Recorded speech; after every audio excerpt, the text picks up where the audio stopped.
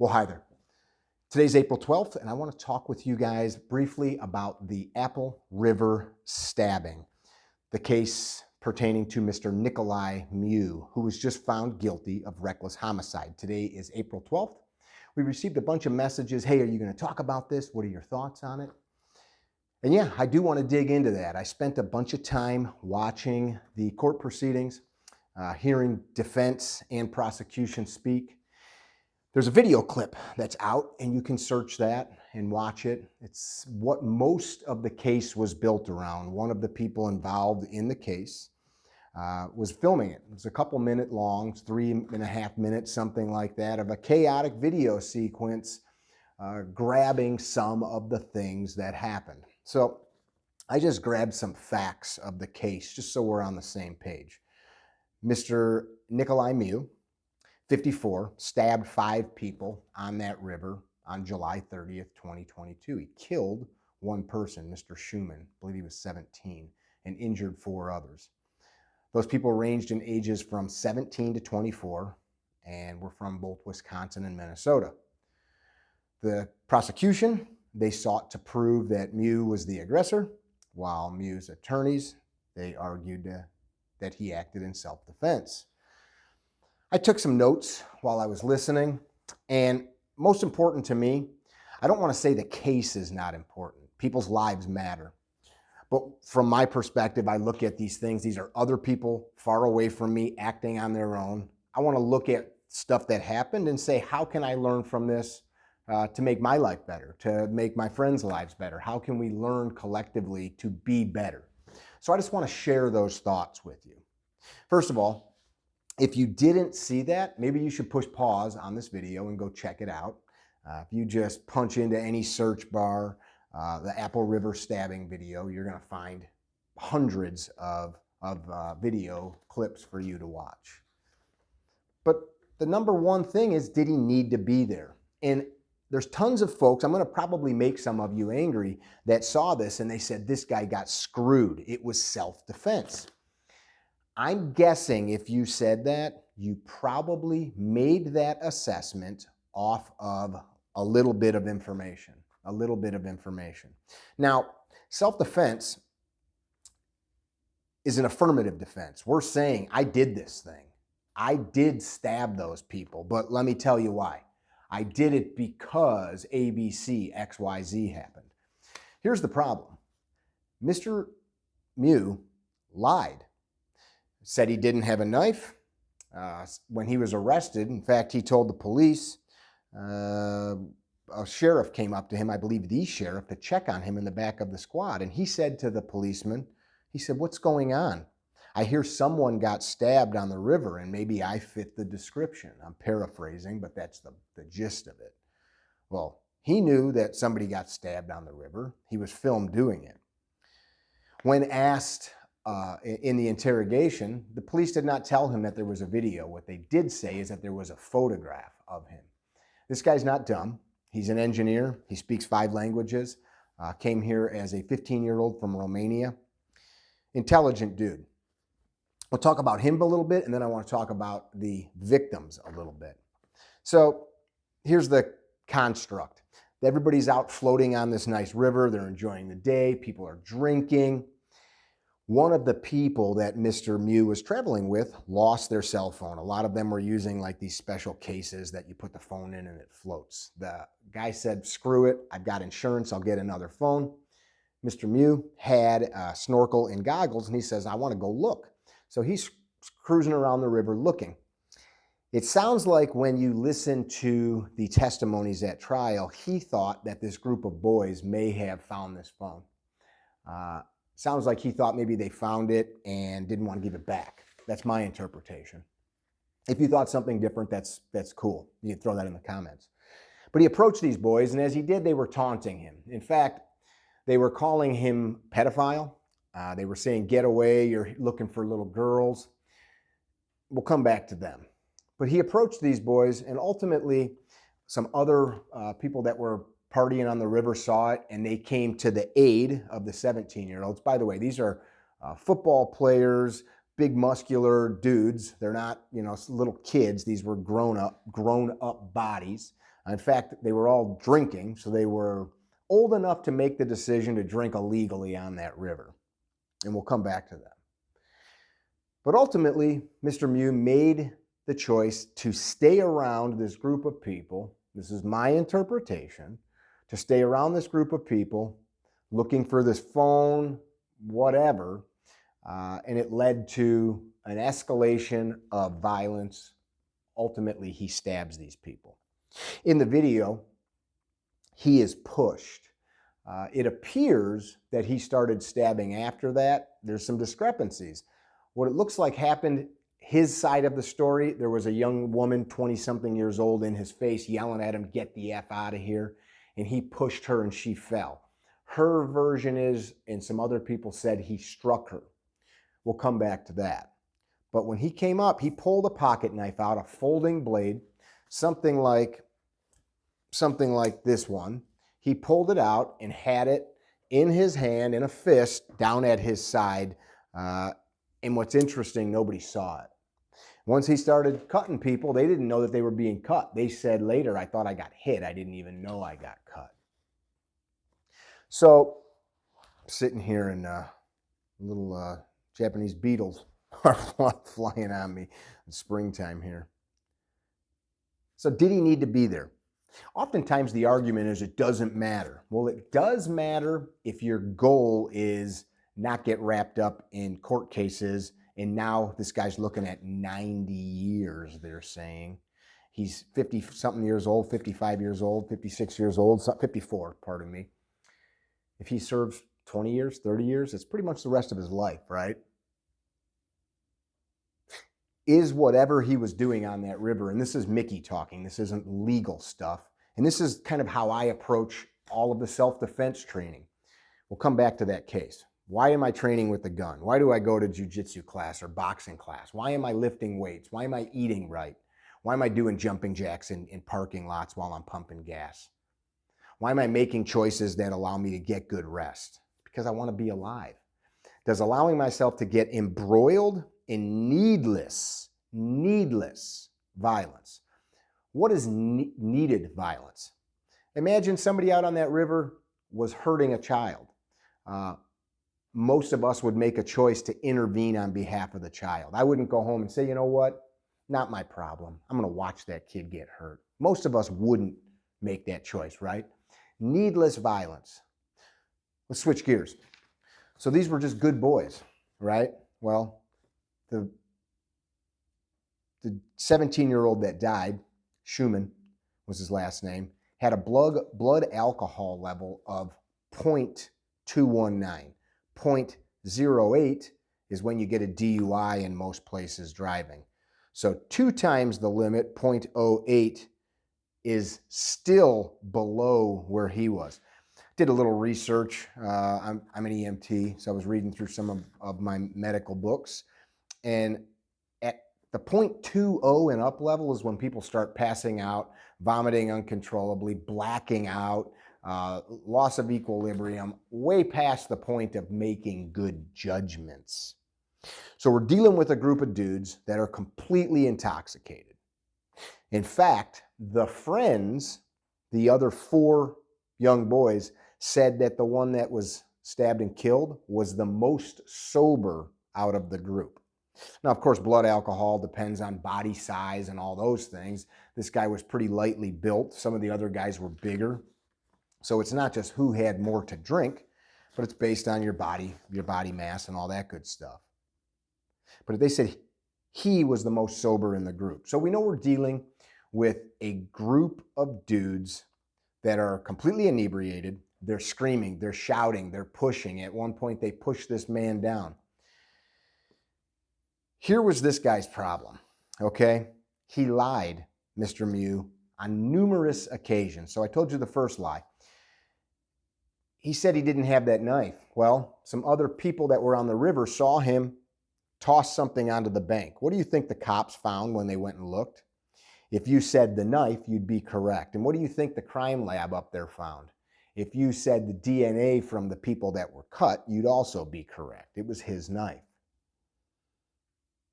He made up numerous stories later while incarcerated and said, I didn't have a knife, they had knives.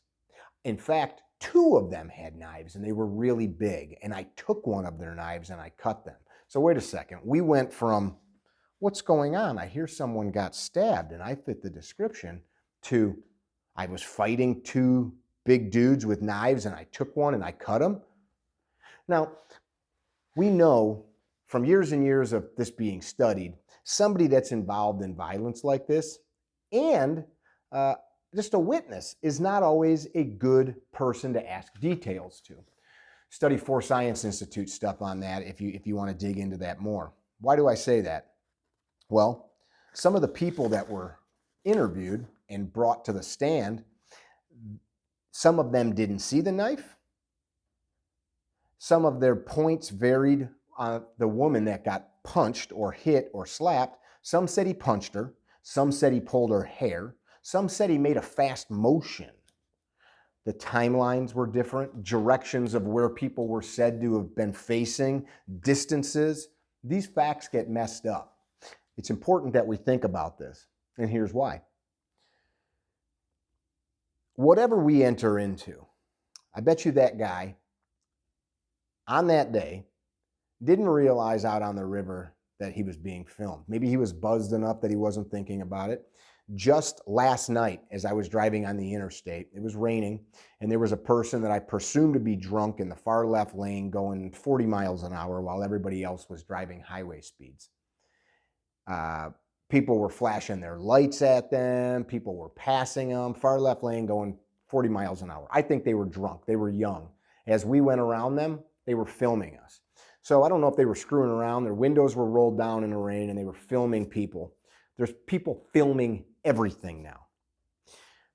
I don't for a second want to do right because somebody might be filming me. Therein lies the problem. If I seek to do right because it's right, regardless of who's running a camera, I'm going to probably be okay.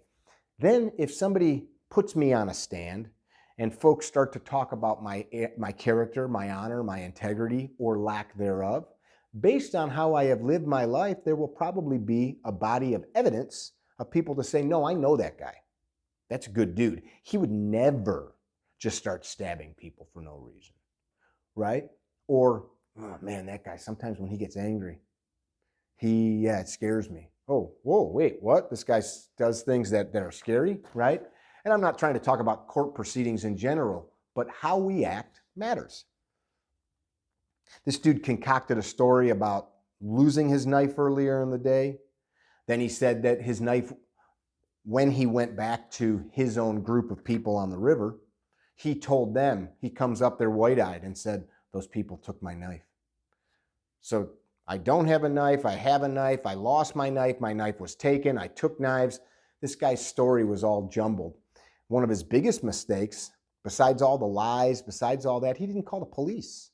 If I am in fear for my life, if I have committed an act of self-defense, this horrible thing where I have to defend myself, where I have to hurt people, I don't want to hurt people, especially young men, but if I have to, man, I'm going to call the cops. I'm going to run back to my group of people and say, holy smokes, call 911. That group of people over there just attacked me and I had to defend myself. Call the police right now. Let them know right now that we need them here. This thing happened, and we described the thing. Here's one of my big takeaways from this. One, we humans are really good at making harsh judgments, quick judgments, snap judgments based on poor data, a little bit of data, no data, wrong data. And sometimes we have to do that. Sometimes we're forced to do that, right? A paramedic does that all the time. A cop does that all the time. A fireman does that all the time. An ER nurse, an ER doc, they got to make decisions on limited data all the time because people die if they don't, right? Loggers have to do this. People have to make decisions, pilots, on limited amounts of data all the time. But if we're educated on a topic and trained on the topic and we have a body of knowledge on the topic, we use that knowledge, that wisdom to develop good choices, right? And then the more we involve ourselves in that topic, we develop an intuition about the thing. Look, I have never in my life been involved in some type of violence like what was in that video where I couldn't have walked away. Numerous times as a kid, I remember stupid fights like that breaking out at parties or, at concerts or something. Last night I was at a concert. Some drunk people actually were angry at us in a big open floor situation. They were angry that we were in front of them. And I turned around and I said, hey, do you want to switch spots? Do you want to switch? I'm taller than you. You switch. And one of the people in the group said, no, we're cool. And I said, all right. But it's way easier for me to just say, how about we switch? Rather than have somebody angry behind me for the next hour while I'm trying to enjoy myself, right?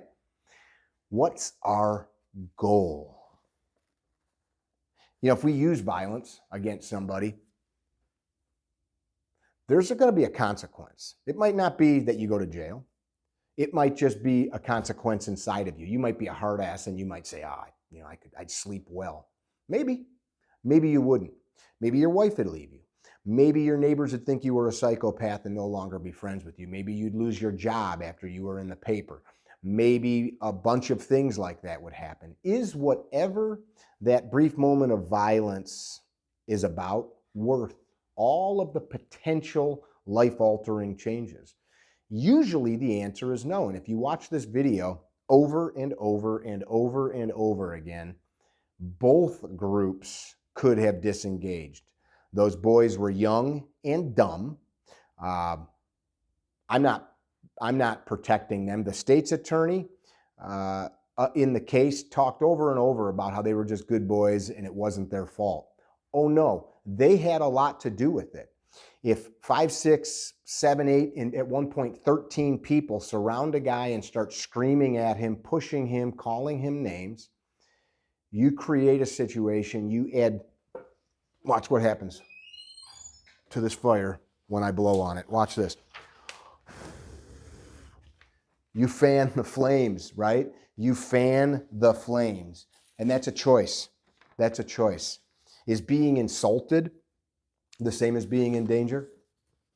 The answer is probably no, right? You need to figure out, though, when does real danger start? But is being insulted and having your ego kicked a little bit, does that mean that you're actually in danger? Or now does lashing out to somehow vindicate or validate that you're a man, vindicate you or validate that you're a man,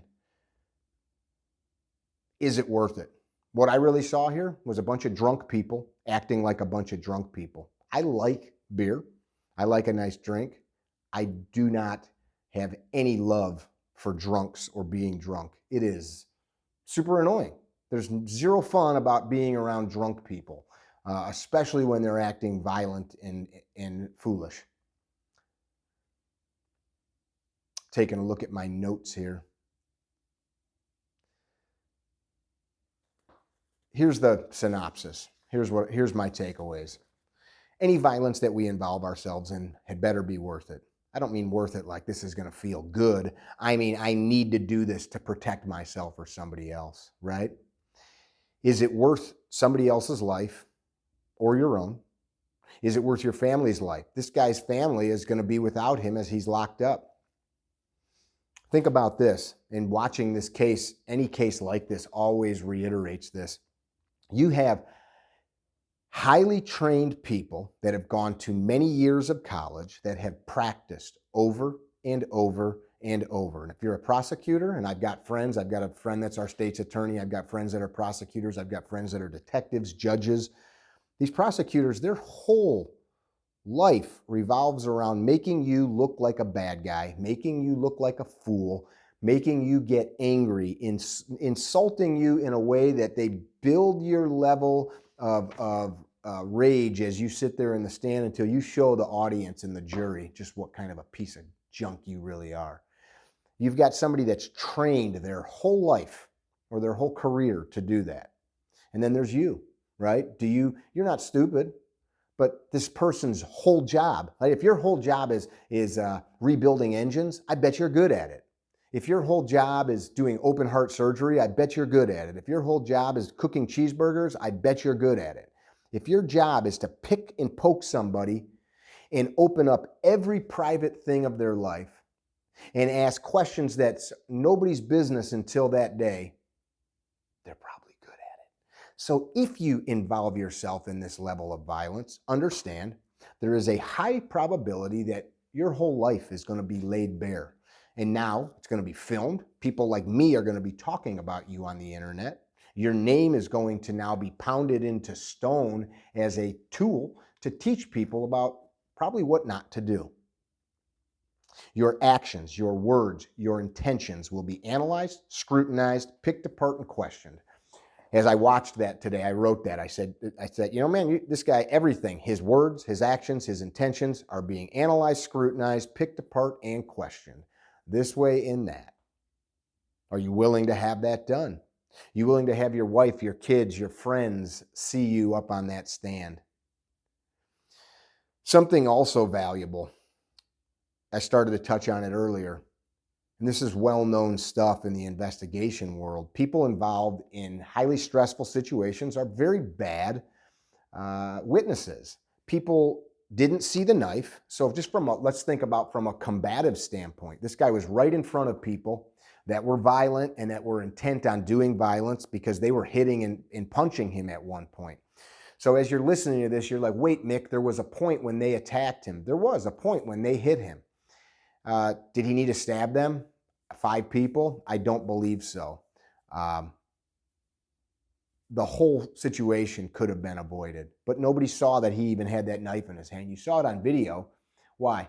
Because you knew to look for it. You knew what to look for at that point. It doesn't matter what we see in the video if we're trying to figure out what they knew at the time. The defendant didn't see somebody filming him. That was clear later when he was shocked to realize that he had been filmed. The witness statements, as I pointed out, varied greatly in many ways. People are very poor witnesses in stressful situations, as well as being completely inebriated and out in the hot sun for hours. Wrap up. Train yourself to be capable of violence. When you do, this is something my jiu-jitsu friends and guys I train with, we talk about from time to time, and I'm no badass. I can protect myself against many things, and I work hard at that, but I can't beat everybody up, right? I could name 100 guys that would just whoop my butt in like a open hand fight or in a ring. But we've got other tools, right? We've got weapons of opportunity. Just happened to grab this axe that's next to me. Weapons of opportunity, right? So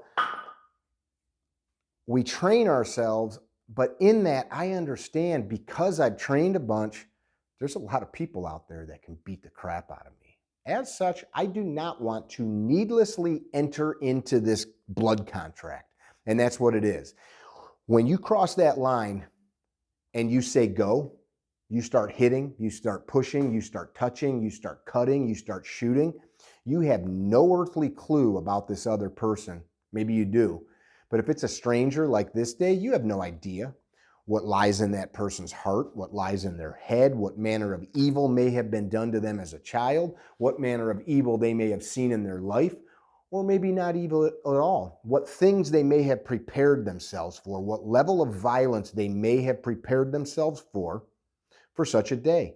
And they may have a different code of morals, ethics, and conduct than you. You may think, oh, we're just having a fist fight. And that guy might say, I don't just have fist fights. I'm poking holes. You don't know that. So train to be capable of violence. Train for the realities of interhuman conflict. Well, I didn't know he was stabbing me. Well, that's on you. You weren't paying attention. You also closed the distance on a man and cornered him like a cat. And then when he struck back, you didn't like it. That's the hard part people are having with this. Because this guy lied over and over again, I just can't side with him. Yes, there was a small window of opportunity that he was in fear for his life. Had he immediately called the police, explained what happened, this probably would have come out a completely different way. But lie after lie after lie buried this guy. He pounded nail after nail into his own coffin. Be righteous in your actions. Don't seek to engage in violence. By all means, don't fan the flames like we did back here. Don't add fuel to a fire, because that will be drawn out in court. It will be bared to a jury of your peers. And truth be told, self-defense in many ways is a community affair. It is the community of the people on the jury that decide whether your actions were the actions of a reasonable and prudent person, knowing what you knew at the time or what the defendant knew at the time. Depending on where you go, when you're there, that changes. It's always in flux. Live in a manner and behave in a manner that there will be no doubting. No doubting. This is Mickey with CarryTrainer.com. Now's a perfect time to tell you we've got a couple of classes coming up. Las Vegas next week. We've got California, New York. We've got Nashville. We've got Michigan, Ohio, Pennsylvania, and a bunch of other stuff. I'm really excited about those. Those can be visited, CarryTrainer.com. You can visit the website and check out those classes. We're also right now working with our friends at CCW Safe. I asked them for a special promotion code because I knew I was going to do this video. We don't do codes with them anymore, but I asked them for one, and this code is going to expire in just a few weeks. That code is CTrainer. So instead of CarryTrainer, it's just CTrainer. So if you go to CCW Safe, which in my opinion is the best of the best for coverage for armed people out in the world, that's another discussion from here. But if you go, CTrainer will save you 10% for a few weeks. Today's the 12th of April, and then that code's going to go away. That's good for a year. You sign up for a year for that, and maybe we'll have another code for a renewal in the future. Be well. Don't be dickheads. I challenge you to be constantly looking for information. Constantly challenge yourself before you make a judgment on things we see on social media based on a short video clip, to go dig in. Find out the facts. Find out what the hell was going on, what's important, what's not important. Should they have been there? Should those people have done the things they've done? Most importantly, what would I do in that similar situation, knowing what the defendant knew at the time? Would I make a better choice? And if I wouldn't, what things can I go practice? Can I learn? Can I train so that I will make good choices in those situations should they arise? Be well. Don't be dickheads. Let your fire burn bright. You're only here, but for a little while.